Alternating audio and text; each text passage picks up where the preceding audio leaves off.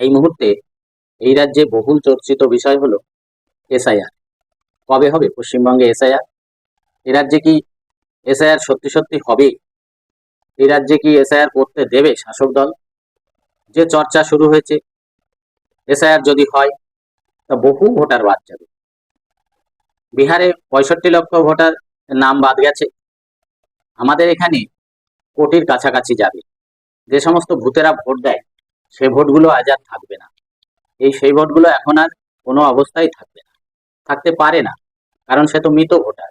মৃত ভোটাররাও ভোট দিয়ে গেছে। তাই বুঝতে পারছে শাসক দল যে এ রাজ্যে যদি ভোট হয়, এসআইআর না হলে ভোট হবে না।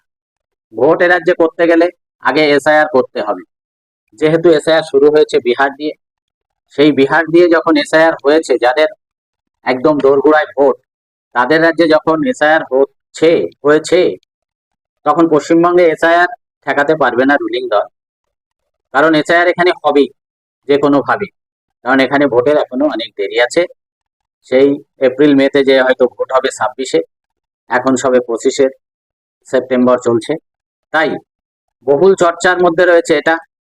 এবং এসআইআর যে হবে এবং কবে হবে, এবং এসআইআর কে যে রুলিং পার্টি বর্তমান শাসক দল ভয় করছে, তার কয়েকটা নমুনা পাওয়া গেছে। কি নমুনা পাওয়া গেছে সেটা? সুপ্রিম কোর্টে তার নমুনাটা পাওয়া গেছে। দেখুন, সেই রিপোর্টটা উঠে এসেছে। রিপোর্টটা কি দেখুন।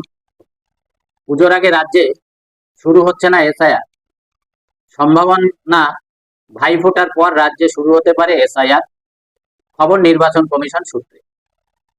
2026-এর নির্বাচনের আগে এবার পশ্চিমবঙ্গের রাজনৈতিক পরিমণ্ডলে নতুন করে উত্তেজনার পারদ চলল। সুপ্রিম কোর্টে চলা এক মামলার শুনানিতে উঠে এলো চাঞ্চল্যকর এক তথ্য, যা রাজ্য এবং নির্বাচন কমিশনের ইসি মধ্যকার টানাপোড়েনকে আরো স্পষ্ট করে তুলল। সুপ্রিম কোর্টের এক মামলায় রাজ্যের আইনজীবী গোপাল শঙ্কর নারায়ণ আদালতে জানিয়েছেন, নির্বাচন কমিশন 8ই আগস্ট রাজ্য সরকারকে একটি চিঠি দিয়ে জানিয়েছে যে পশ্চিমবঙ্গে স্পেশাল ইন্টেন্সিভ রিভিশন এসআইআর প্রক্রিয়া শুরু হতে চলেছে। এ খবর সামনে আসতেই রাজনৈতিক ও আইনি মহলে নতুন করে বিতর্কের ঝড় উঠেছে। তাহলে বুঝতে পারছেন, রাজ্য সরকার সুপ্রিম কোর্টেই অনুমোদন করে দিল যে এসআইআর হচ্ছে পশ্চিমবঙ্গে, স্বীকার করে নিয়েছে।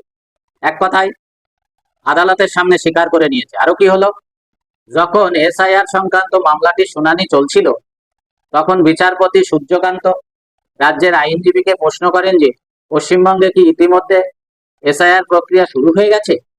বিচারপতি যখন মন্তব্য করেন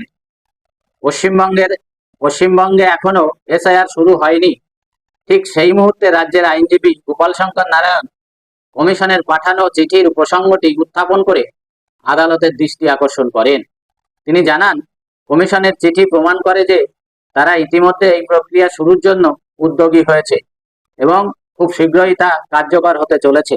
তাহলে দেখলেন সুপ্রিম কোর্টে কিভাবে রাজ্য সরকার স্বীকার করে নিল যে পশ্চিমবঙ্গে এসআইআর শুরু হতে চলেছে খুব শীঘ্রই। তবে অভিজ্ঞ মহলের ধারণা, যেহেতু সেপ্টেম্বর মাসে শেষে পুজো, তাই সেপ্টেম্বরে হবে না, অক্টোবরের মাঝামাঝি পর্যন্ত বিভিন্ন পুজো পার্বণ চলবে। তাই অক্টোবরের শেষের দিকে এই এসআইআর শুরু হলে হতে পারে। এই প্রতিবেদনটি আপনাদের কেমন লাগলো অবশ্যই জানাবেন। এই খবরটুকু আপনাদের দেওয়া ছিল, আপডেটটি আপনাদের জানানো ছিল, জানালাম। ভালো থাকুন, সুস্থ থাকুন। ধন্যবাদ সবাইকে।